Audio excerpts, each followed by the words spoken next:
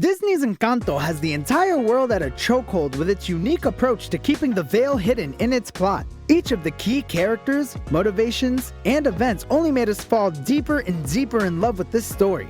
And of course, we can't forget about Bruno. We don't talk about Bruno.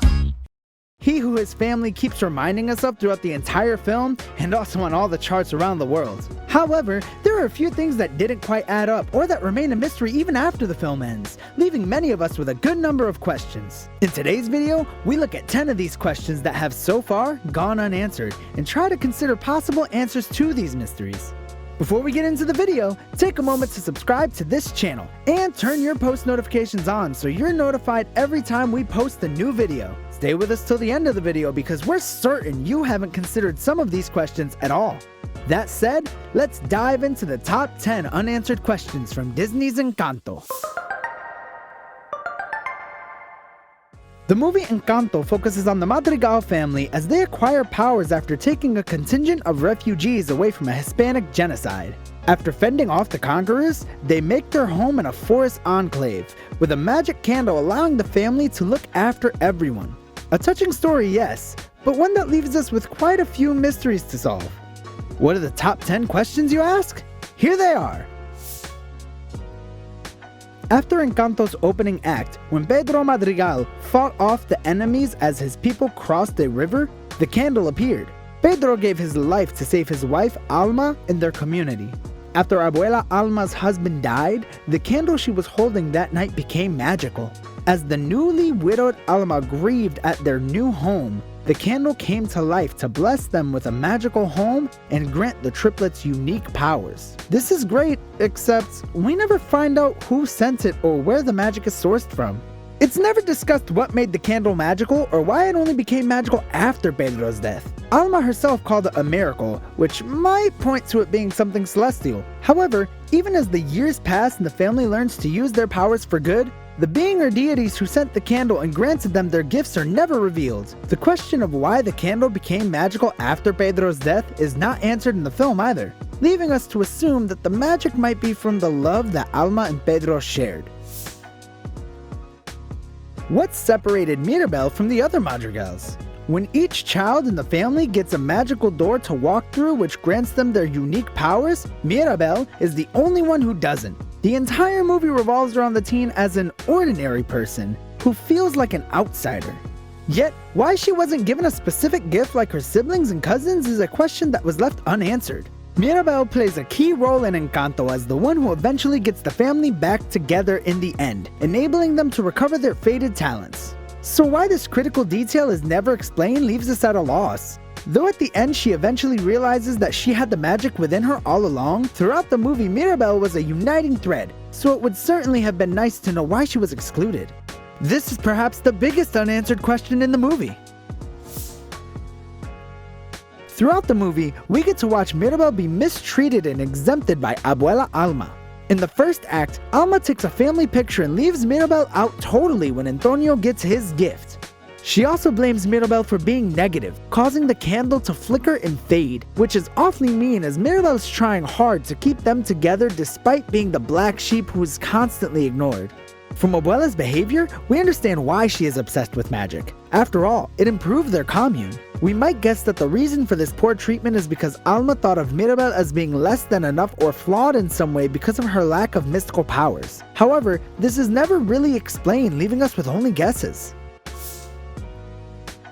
We watch Mirabel track down her clairvoyant uncle, Bruno, to learn why the family's magic is fading. He's a recluse, hidden away in the rat-infested walls of their home La CASITA, and admits that he saw the house cracking in a vision with Mirabel at the heart of it. We are told that the reason he fled was because he hated bearing bad news, but he should have worked out something this big with his siblings and mom. He even said destiny goes good or bad, so they might have found a way to stop the magic from fading early on. It feels like a dramatic creative decision to have him abandon them all, as he also left Mirabel as a catalyst. Uninformed about the prophecy with the potential to destroy the candle due to her doubts and endanger her kin with her self-loathing.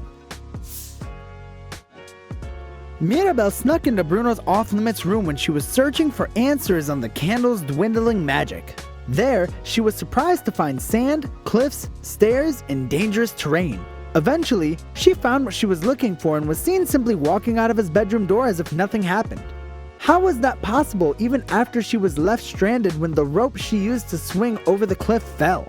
How she was able to get out of Bruno's room is something important that was simply never explained in the film. During Antonio's ceremony where he was given a gift, Mirabel felt left out as the only one without power. That night, she saw cracks forming in CASITA. But when Mirabel cried out for help, no one else saw the cracks despite the fact that they were real. So, who was causing the cracks, Mirabel or Alma? And why do they all of a sudden disappear when Mirabel brings attention to them? Yet more questions that we are left to speculate about. Antonio was one of the most likable characters with the power to speak to animals. One of his animal friends is a jaguar, who we see Antonio dissuading from eating other animals like Bruno's rats. This raises the question, what does Antonio's jaguar eat? Some fans have theorized that perhaps the jaguar is allowed to eat wild rats found outside, just not the ones that Antonio considers his friends. Nevertheless, this isn't fully explained in the movie. Also, couldn't Antonio have simply talked to Luisa's donkeys when she was struggling to collect the donkeys that have escaped from the barn? He could have easily told the donkeys what to do and saved Luisa a lot of trouble. On the night Isabella was to meet the man she was meant to marry, her cousin Dolores told her that she heard Mariano, Isabella's potential fiancé, say that he wanted 5 babies. We get the idea that Dolores was in love with Mariano in one of the more popular Encanto musical numbers, We Don't Talk About Bruno. In it, Dolores sang that Bruno saw in a vision that the man of her dreams would be betrothed to another, in this case, Isabella. A valid question we are left with is it possible then that Dolores lied about Mariano wanting 5 babies because she knew it would scare Isabella out of marrying him? In CASITA, each member of the family with a magical power has their own door which bears the image and the name of the person it is assigned to. The door enters into a magical room designed around their gift. However, this concept of the doors leads us to a few questions like whether or not Abuela's door should say her name, Alma, and not Abuela, which is more of a title. This is especially since Alma is the first member of the family to witness the magic and theoretically get a door. So, did her door originally say Alma but changed after Mirabel and her sisters were born or something? We can only theorize as there's no concrete evidence for this in Encanto. And finally, yes, we understand that Mirabel was excluded from a lot as she didn't have powers at the start of Encanto. However, she was stuck in the nursery with the youngest member of the family, Antonio. It was an unpopular opinion about Encanto to think that Mirabel wouldn't have wanted her own room, regardless of how much she loved Antonio. Why didn't she also get an enchanting room?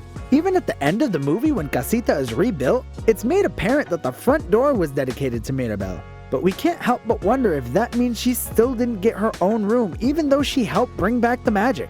Do you have any other questions we might have missed? What are your guesses to these questions? Leave us a comment below and let us know. If you haven't already, go ahead and hit that subscribe button right now. Turn on your post notifications and don't hesitate to like this video as well. Thank you for watching and bye for now.